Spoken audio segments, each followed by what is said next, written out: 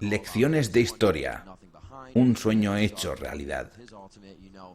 Hay un antiguo proverbio alemán que dice: los sueños no son más que pompas de jabón. Lo que quiere decir que son cosas efímeras, que explotan al enfrentarse a las duras realidades de la vida. ¿Pero por qué hay que renunciar a ellos? Hay gente que los vive a diario. Muchas veces corren grandes riesgos para hacerlo, porque a menudo el corazón y la cabeza discurren por derroteros distintos. Un sueño es la cosa más preciosa que puedes conseguir en la vida, y para alcanzarlo, no hay otro modo que tomar las riendas de tu propio destino. Es lo que hizo Rivington Bisland III. Desde los 15 años se ganaba la vida trabajando en un supermercado.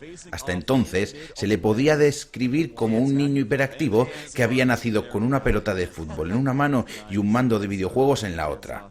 Los juegos habían sido siempre muy importantes en su vida, pero durante 10 años su deseo de entregarse a su pasión había dormitado, hasta que no pudo seguir conteniéndolo. El uso de comentaristas en la industria de los videojuegos estaba aún en pañales cuando él empezó a dedicarse a ello como pasatiempo, allá por el 2000. Podía vivir su sueño unos cuantos días al mes, aunque nunca se había planteado hacerlo a jornada completa. Pero tenía una cosa muy clara: sabía que ese era mi sueño y que quería convertirlo en realidad, por mucho que me costase y por muy duro que fuera el camino. Lo que me impulsaba era todo aquello que conecta a la gente con el juego. El inicio de una carrera. Precisamente fue esta la razón la que le impulsó a dar el siguiente paso: dejar su empleo para entrar en el sector de los videojuegos. Solo tardó unos meses en saber que iba a trabajar como comentarista en el primer campeonato mundial. Fue una sensación increíble, sobre todo porque no esperaba que sucediera tan pronto. En la entrevista de trabajo me dijeron que el puesto de comentarista como tal no existía. ¿Qué más podía ofrecer a la empresa? Había trabajado en atención al cliente durante algún tiempo, de manera que eso es lo que haría por el momento en Riot Games. Así que no es de extrañar que se quedara boquiabierto cuando le ofrecieron la oportunidad de ser comentarista en el primer campeonato mundial. Después de solo 4 meses en Riot Games tenía la oportunidad de comentar el campeonato mundial de League of Legends, un juego que por aquel entonces estaba creciendo a velocidad de vértigo. Era algo increíble y para mí significaba un mundo, un sueño hecho realidad. Y no solo para él, sino también para otra persona, Enrique Cedeño Martínez, más conocido como Xpeke, uno de los ganadores del primer campeonato mundial. El campeonato mundial de la primera temporada fue distinto a todos los siguientes. No por su tamaño, por los premios, ni por el número de espectadores, sino porque nadie conocía a Xpeke por aquel entonces. Podía pasear por el estadio tranquilamente. Aunque llevara la camiseta de Fnatic, solo una persona de cada 1000 como mucho me reconocía y me preguntaba si era Xpeke. Cuando le respondía que sí, me decía: buen trabajo, tío, y se iba sin más. Recuerda Enrique con una sonrisa en el rostro. El primer campeonato mundial fue una experiencia surrealista para él, en términos generales. ¿Gente viendo jugar a otra gente? ¿De verdad? Era una idea a la que tenía que acostumbrarse. No podía sino preguntarse si estarían haciéndolo para reírse de los jugadores en cuanto cometiesen un error. Este miedo acompañaba todo el rato a Xpeke al comienzo de su carrera. Creía que la gente venía para reírse de mí o para protestar si algo no salía a la perfección o si yo jugaba regular. Tardó bastante en comprender que realmente estaban ahí para apoyarlo, a él o a su equipo, y no para asistir a su fracaso. Pero cuando lo hizo, el miedo y el nerviosismo que acompañaban a las partidas hasta entonces se esfumaron como si tal cosa, y al mismo tiempo, y con la misma rapidez, su vida cambió. Enrique recuerda que era como si estuviese soñando y nadie me despertara. Cuando ganamos fue algo realmente increíble. Pero tuvo que despertar porque el vuelo de regreso a España lo estaba esperando. El peso de la vida cotidiana volvió a recaer sobre sus hombros.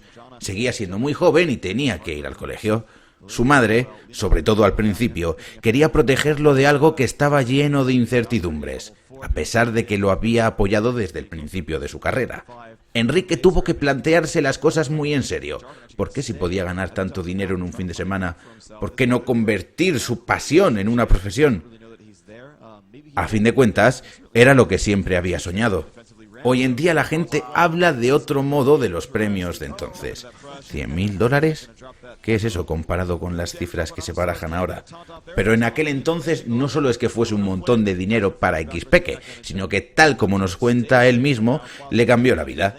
Era una cantidad enorme. En aquella época casi no tenía ingresos. Fanatic nos pagaba muy poco. Normalmente nos contentábamos con que se encargaran del transporte y el alojamiento. Solo sacábamos algunos cientos de euros de vez en cuando, si ganábamos algún torneillo. Así que tuve que pedirle a mi madre que me ayudara. Cuando tenía que ir a alguna parte o a hacer algún viaje, siempre había costes. Esto cambió de la noche a la mañana tras su victoria en el Mundial. Dejó de depender económicamente de su madre, porque ahora ganaba su propio dinero. Era libre y su madre se sentía enormemente orgullosa de él. TPA en el País de las Maravillas. Un año después, otro equipo vivió la misma suerte, Taipei Assassins. Las cosas habían cambiado mucho en este tiempo. Los premios, las sedes, el número de espectadores. Esto último, sobre todo, parecía estar aumentando de manera exponencial. El juego crecía a pasos agigantados para todos los implicados, algo que nadie se esperaba. Para apreciar el fenómeno en su verdadera dimensión, podemos compararlo con la evolución de los juegos para móviles, donde el crecimiento fue muy lento, recuerda David Frick Tarley. Sin embargo, Remington estaba seguro. Después del primer campeonato mundial, las cosas iban a ser como fueron. De hecho, pudo asistir al proceso en directo, lo que explica la gran sonrisa que había en su rostro después de aquel primer campeonato mundial. Sabía que aquello no terminaba allí. Los Taipei Assassins son el símbolo de aquel milagro.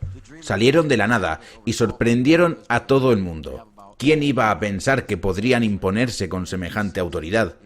Frick recuerda que muchos espectadores sabían lo buenos que eran los coreanos, pero no cómo podían hacerlo contra las demás regiones. Normalmente no eran seguidores habituales del juego.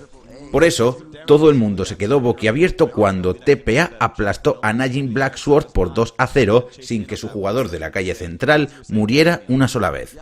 ¿Quién demonios estois y cómo es posible que no haya caído ni una vez contra uno de los mejores equipos del mundo? Recuerda Frick que le preguntaban. ¿Alguien puede parar a TPA? Por favor. Ese Toys es una bestia. Eran las cosas que pensaba la gente. Precisamente por esto, el campeonato mundial de la segunda temporada representa para Frick un momento muy especial en la historia de este evento. La victoria de Taipei Assassins fue una sorpresa mayúscula, en el mejor de los sentidos, porque fue el momento en el que se hizo realidad el sueño de 5 profesionales, como sucede todos los años desde entonces.